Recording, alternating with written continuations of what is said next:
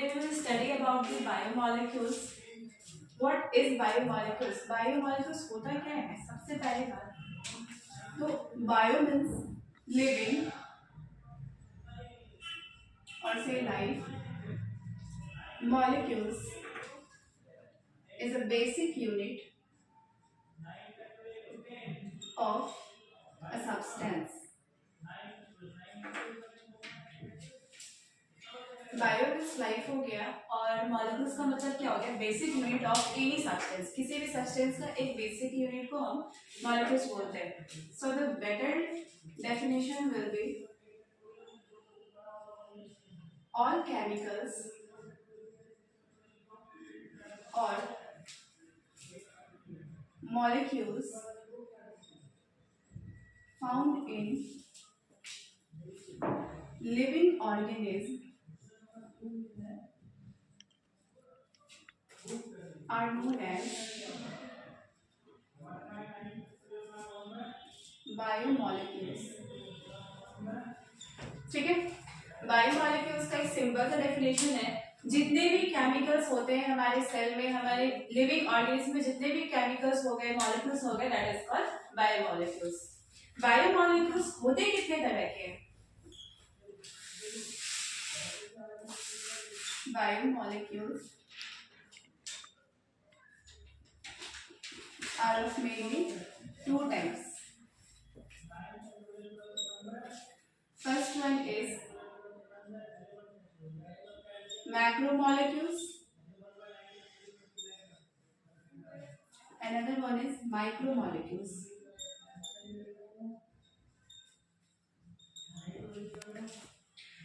Macromolecules, micromolecules में आप नाम से ही इसके डिफरेंस कर सकते हो. Macro means large sized,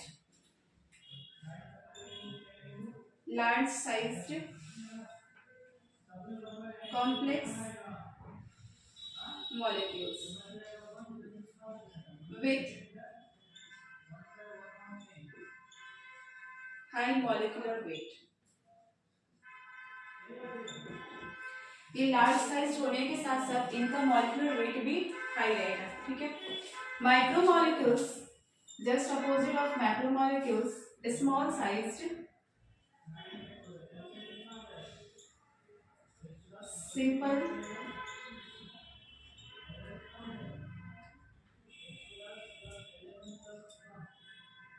simple molecules with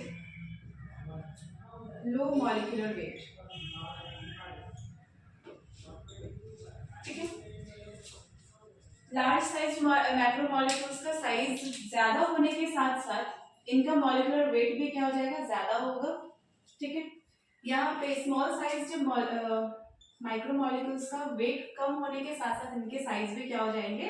कम होंगे. ठीक है. Now another thing is macro and micromolecules are completed. Another thing is इसके फर्स्ट टॉपिक है how to analyze any compounds in living organism.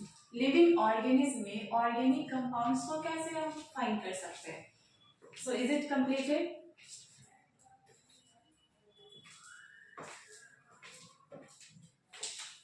Next first topic is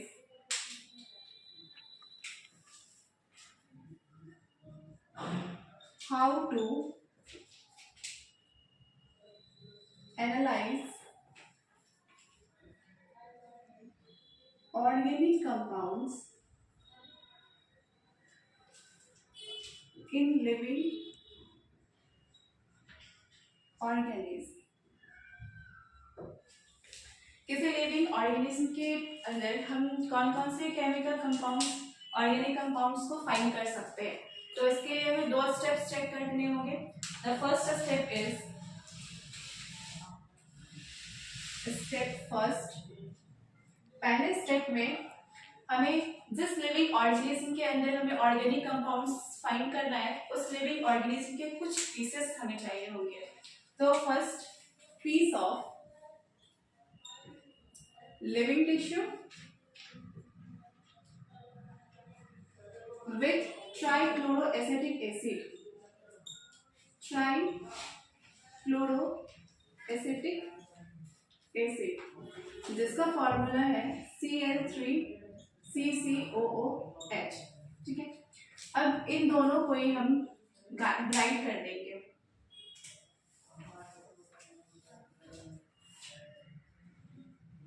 grind, जिससे हमें obtain होगा एक thick slurry. Thick slurry, ठीक है। क्या हम थिक स्लरी से ही पता कर सकते हैं कि उसमें कौन कौन से ऑर्गेनिक कंपाउंड्स हैं या शायद इनऑर्गेनिक कंपाउंड्स भी हो? नहीं, इस थिक स्लरी के हमें दो फ्रैक्शंस करने होंगे। So step 2 will be fractions of thick slurry.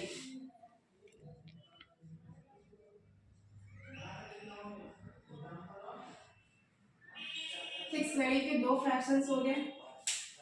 पहला है लिक्विड फॉर्म। थिक स्लरी के फ्रैक्शंस ऑब्टेन करने के लिए हमें स्ट्रेन करना होगा। स्ट्रेन का मतलब हो गया छानना होगा। जैसे हम घर में चाय बनाते हैं, चाय बनाने के बाद हम उसे क्या करते हैं? फिल्ट्रेट करते हैं, छानते हैं, स्ट्रेन करते हैं। तो उसमें हमें लिक्विड और सॉलिड पार्ट सेपरेट हो जाता है। यहाँ पे लिक्विड पार्ट जो सेपरेट हो रहा है उसे हम कहते हैं फिल्ट्रेट, और जो सॉलिड पार्ट है सेमी सॉलिड, वो क्या हो जाएगा? Semi solid will be retentive। ठीक है, अब इन दोनों, ये दो अलग अलग फ्रैक्शंस से हमें पता करना होगा कि इसमें ऑर्गेनिक कंपाउंड्स इजीली फाउंड हो सकता है।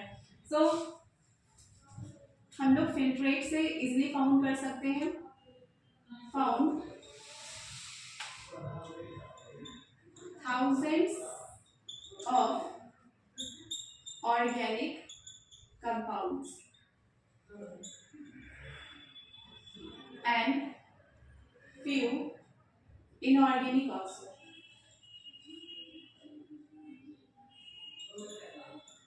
इनऑर्गेनिक कंपाउंड्स also, ठीक है। हमें ऑर्गेनिक कंपाउंड्स मिलने के साथ साथ यहाँ पे इनऑर्गेनिक कंपाउंड्स भी मिलेंगे। अब यहाँ पे मेन पॉइंट्स क्या है? हम जिससे स्ट्रेन करने वाले हैं, स्ट्रेन करने के लिए यहाँ पे हमें ना ही किसी छन्नी की जरूरत होती है, ना ही किसी तरह की डिवाइसेस की जरूरत होती है। हमें यहाँ दो अलग अलग तरह के क्लोथ चाहिए होते हैं। अदर आप यूज कर सकते हो चीज क्लॉथ, अदरवाइज आप यूज करो कॉटन क्लॉथ। यहाँ पे जो स्ट्रेन फॉर स्ट्रेनिंग पर्पस,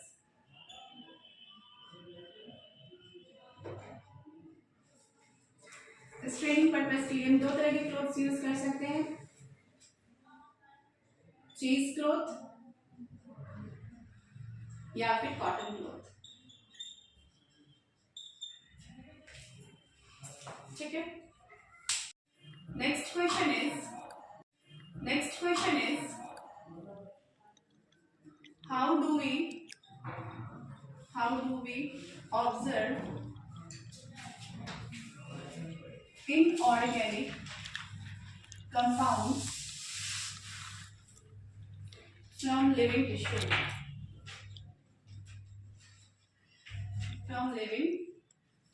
ये हमारा दूसरा क्वेश्चन है।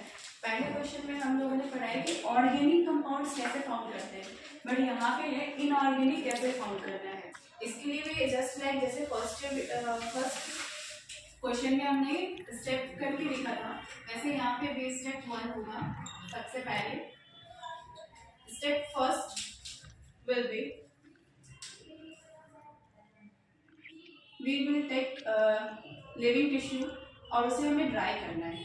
ड्राई दी लिविंग टिश्यू, ठीक है। लिविंग टिश्यू को ड्राई करने के बाद हमें इससे जितने भी ऑर्गेनिक कंपाउंड्स मिले हैं, स्टेप 2 ऑर्गेनिक कंपाउंड्स को दो फॉर्म में हमें दो फॉर्म करने से रिजल्ट आ जाएगा। फर्स्ट क्या करना है, जो स्किन है, स्किन के अंदर तो मॉइस्चर प्रेजेंट होगा क्योंकि वो लिविंग टिश्यू है। उससे जितने भी मॉइस्चर होंगे उस पर हम हीट प्रोवाइड करना स्टार्ट करेंगे। हीट प्रोवाइड करने से उसके जितने भी मॉइस्चर हैं वो क्या हो जाएंगे? ऑक्सीडाइज हो जाएंगे। It will get oxidise. Oxidise होने पे इनकी गैसेस स्टेट फॉर्म होगी, गैसेस, और गैसेस के फॉर्म में क्या इवोपरेट होना है यहाँ पे, CO2 एंड वाटर वेपर के फॉर्म में, ठीक है। लिविंग टिश्यू को ड्राई करने पे उसके जितने भी मॉइस्चर है वो ऑक्सीडाइज होकर गैसियस स्टेट में वो रिमूव हो जाएंगे, और उनके गैसियस स्टेट में कौन कौन से आएंगे, CO2 और वाटर वेपर। अदरवाइज ऑक्सीडाइज होने के बाद जस्ट वो क्या होने लगेगा, बर्न होने लगेगा। बर्न होने से यहाँ पे ऐश फॉर्म होगा। ऑब्वियसली अगर हम किसी भी चीज को बर्न करते हैं तो वो कौन से फॉर्म में आ जाते हैं, ऐश के फॉर्म में आ जाता है, ठीक है। ऐश contain, now we will found inorganic compounds. For example, calcium, magnesium, etc. ठीक है। गैसेस स्टेट में यहाँ पे ऐसे क्वेश्चंस आ सकते हैं, गैसेस स्टेट में कौन कौन से एलिमेंट आ सकते हैं, CO2 वाटर वेपर के फॉर्म में। एस में क्या क्या मिल सकता है हमें, इनऑर्गेनिक में जस्ट लाइक कैल्शियम हो जाएगा, मैग्नीशियम हो जाएगा, ठीक है। Just like we can find out the inorganic compounds from the living organism. Now inorganic compounds और ऑर्गेनिक कंपाउंड्स कैसे फाइंड आउट करते हैं वो तो हम लोग स्टेप्स कर चुके हैं। अब यहाँ पे बात है मॉलिक्यूल्स, जो हम लोगों ने स्टार्टिंग में पढ़ा था, मैक्रोमोलिक्यूल्स, माइक्रोमोलिक्यूल्स, एक्चुअल में वो क्या सेम होते हैं या एक दूसरे से डिफरेंट होते हैं, या फिर वो किसी के एक दूसरे के भी फ्रैक्शंस होते हैं। तो चलिए चेक करते हैं। फ्रैक्शंस ऑफ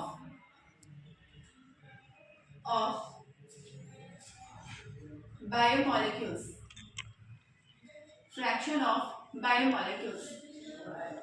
यहाँ पे मैंने आपको बायोमोलिक्यूल्स में दो बताए थे, macromolecules and micromolecules.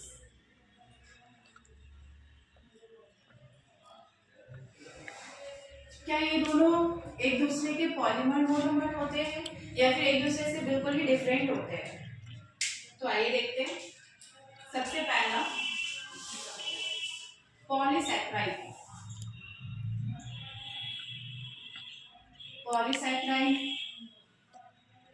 Then nucleic acid,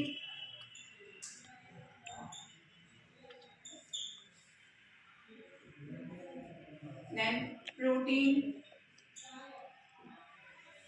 and the last one is lipid, ठीक है। पॉलीसैकेराइड ग्लूकोज का फॉर्म है।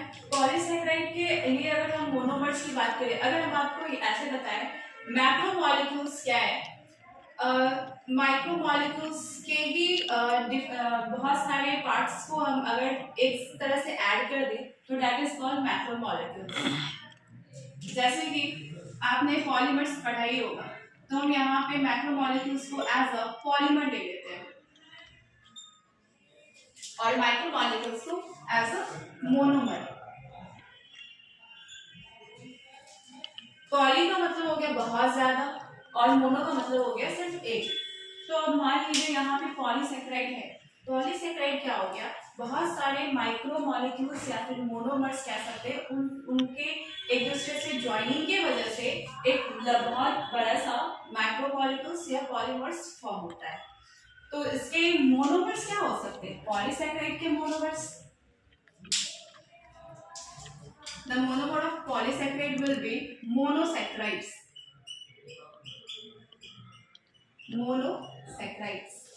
ठीक है। न्यूक्लिक एसिड्स के मोनोमर क्या हो सकते हैं, answer will be nucleotides. After then protein तो बहुत ही इजी है, प्रोटीन क्या है, मोनोमर हो गए आपके अमाइनो एसिड्स। लिपिड्स के क्या होते हैं, क्या लिपिड्स के कोई मोनोमर होते भी हैं? जी नहीं, लिपिड्स के कोई मोनोमर नहीं होते, नो मोनोमर्स, ठीक है, नहीं होते हैं।